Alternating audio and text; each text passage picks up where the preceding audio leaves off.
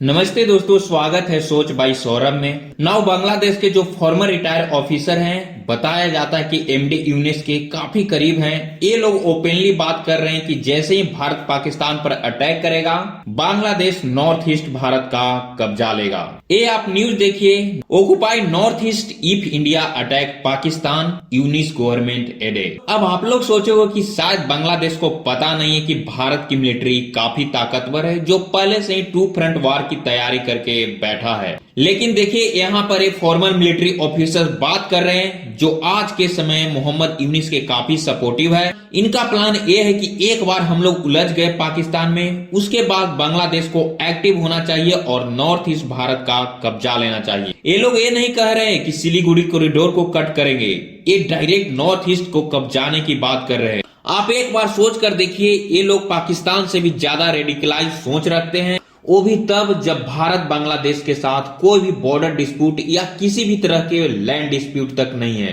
पाकिस्तान के केस में तो कश्मीर का इशू है और वो सिर्फ कश्मीर को ही कब्जाने की बात करता है। लेकिन क्या बांग्लादेश के लिए नॉर्थ ईस्ट डिस्प्यूटेड रीजन है?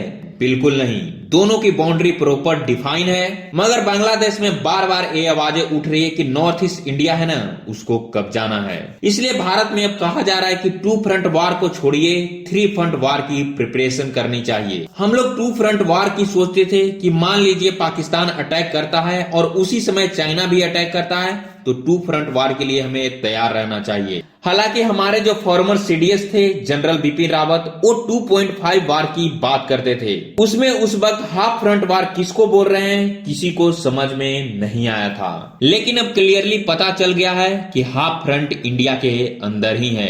आपने न्यूज सुना होगा कि दिल्ली जो हमारा कैपिटल है, यहीं पर 500 पाकिस्तानी रह रहे थे जो प्रॉपर लीगल रूप से भारत में आए थे और लंबे समय से यहाँ रह रहे हैं। ये तो सिर्फ दिल्ली का फिगर है, सोचिए पूरे देश में कितने ऐसे पाकिस्तानी भरे पड़े होंगे।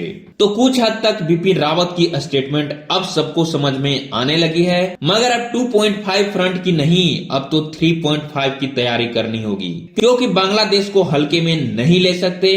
भले ही मिलिट्री कैपेबिलिटी उतनी नहीं है, लेकिन इनके जो लोग हैं वो इतने रेडिकलाइज हो चुके हैं भारत के अगेंस्ट। मान लीजिए आज वो नहीं अटैक कर रहे, लेकिन जैसा वहाँ के लोग हैं वैसा ही उसी में से कोई तो लीडर बनेगा ना, और जैसा मेजोरिटी पॉपुलेशन सोचता है उसी तरफ देश भी बढ़ता है। तो आज न कल वो पब्लिक प्रेशर के अंडर वो देश वैसा काम कर ही देता है। और ऐसे ही बांग्लादेश में सेंटीमेंट बढ़ता गया कि एक बार इंडिया से भिड़ना है, तो आज न कल कोई लीडर अपनी पॉपुलैरिटी गेन करने के लिए एक कदम उठा ही लेगा। याद रखिएगा, ये लोग जानते हैं कि आमने सामने नहीं भिड़ पाएंगे भारत से, जैसा कि अभी के फॉर्मर रिटायर्ड ऑफिसर बोल रहे हैं कि भारत किसी और बार में उलझा होगा, तब ये प्लान करके बैठे हैं कि उस वक्त भारत के बड़े हिस्से को कब्जा लेंगे। फिर भी अगर आप लोगों को थोड़ा डाउट है कि नहीं बांग्लादेश बड़बोलापन है, तीन फ्रंट वार थोड़े न होगा, तो आप ये रिटायर्ड जनरल ALM फजूर रहमान की फुल स्टेटमेंट पढ़िए। ये यहाँ पर कह रहे हैं, if India attack Pakistan, Bangladesh should seize the opportunity to occupy the seven sister. I believe it's necessary to initiate discussion with China for a joint military arrangement on this matter. ये openly बोल रहे हैं कि भारत जब पाकिस्तान के साथ उलझा होगा, तब ये लोग चाइना के साथ मिलकर नॉर्थ ईस्ट में कुछ करना चाहेंगे।